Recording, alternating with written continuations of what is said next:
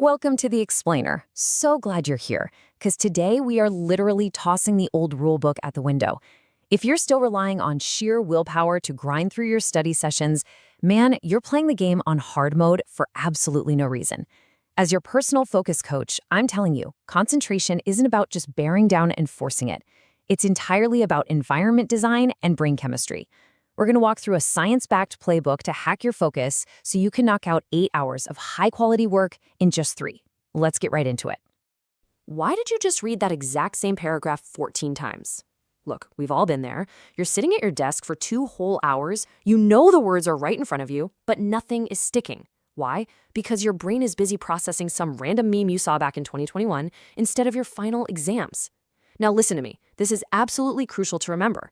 This is a system failure, not a personal failure. You aren't lazy. Your focus state is just broken. So let's fix the system. Play 1. Environment design and the dopamine detox. Okay, reality check time. Your brain, it's a total dopamine addict. Every single time your phone vibrates, bam, a little chemical hit. And here is the truly scary part. Even if you don't physically pick the device up, just seeing it sitting there on your desk actually reduces your cognitive capacity. It is silently draining your brain power while you're trying to learn.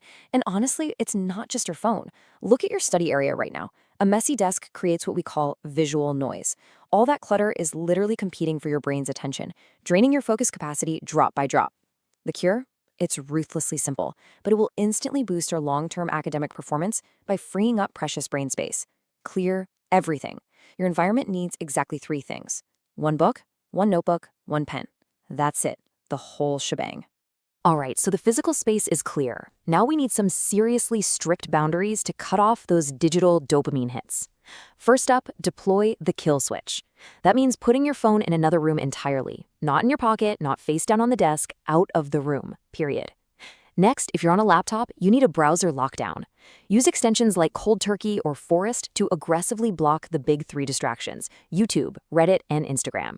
You're basically building an impenetrable fortress around your attention. Play 2, the pre-flight ritual. Think about top athletes right before a massive game.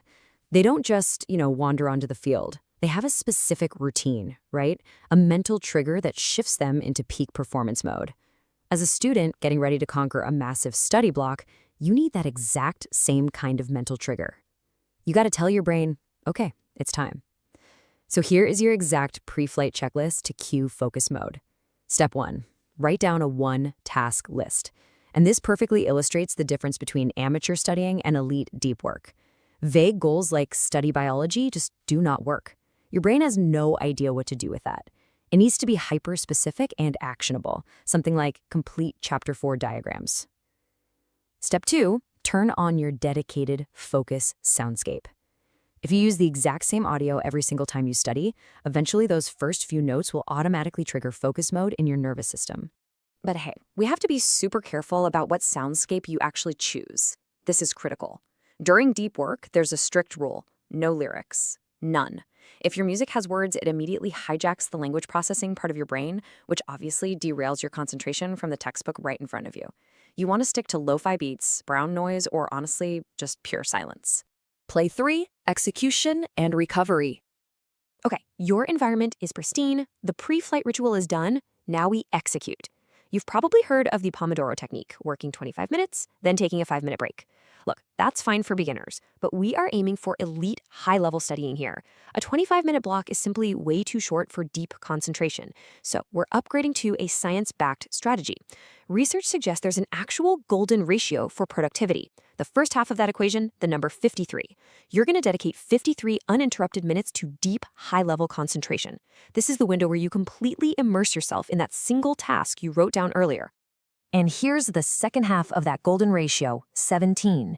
After your 53 minutes of intense focus, you take a mandatory 17-minute break.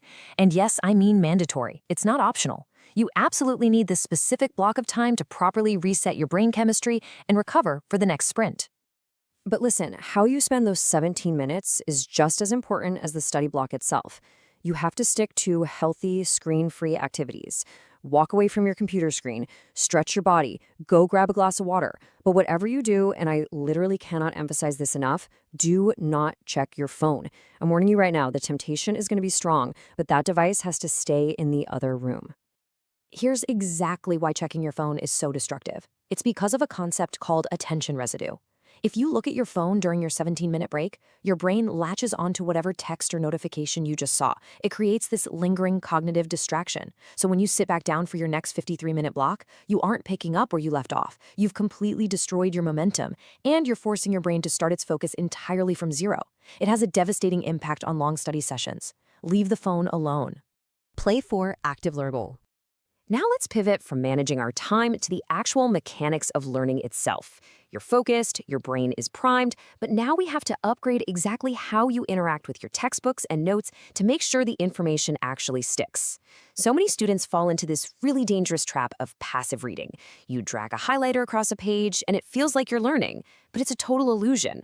Passive reading just creates familiarity. It's the exact reason you feel super confident right up until the exam paper hits your desk and your mind just goes totally blank.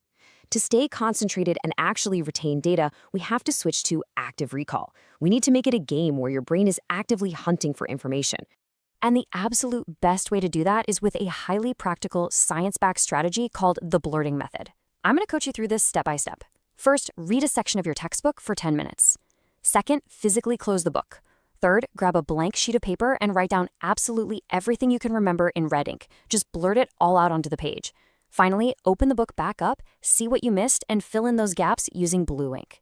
Doing this dramatically improves your information recall because your brain is no longer just absorbing words like a passive sponge, it's actively hunting for answers.